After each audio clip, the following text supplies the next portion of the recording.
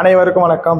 நம்ம அந்த காணொலியில் என்ன பார்க்க போகிறோம் அப்படின்னு பார்த்தீங்கன்னா, மொழிக்கு முதலிலும் ஈற்றிலும் வரக்கூடிய எழுத்துக்கள் எவை எவை, அதாவது சொல்லுக்கு முதலிலும் ஈற்றிலும் வரக்கூடிய எழுத்துக்கள் எவை எவை அப்படின்றத தொல்காப்பிய நூற்பாவின் அடிப்படையில் நம்ம இங்கே பார்க்க போகிறோம்.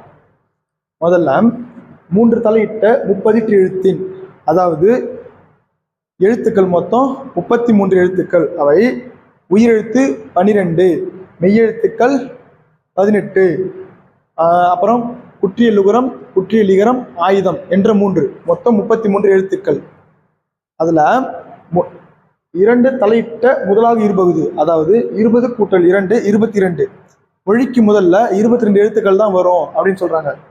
அதை பார்த்தீங்கன்னா உயிரெழுத்துக்கள் 12, மெய்யெழுத்து 9, மொழி முதல் குற்றியலுகரம் சொல்லக்கூடியது 1, அதாவது முந்தை என்ற ஒரு வார்த்தை மட்டும்.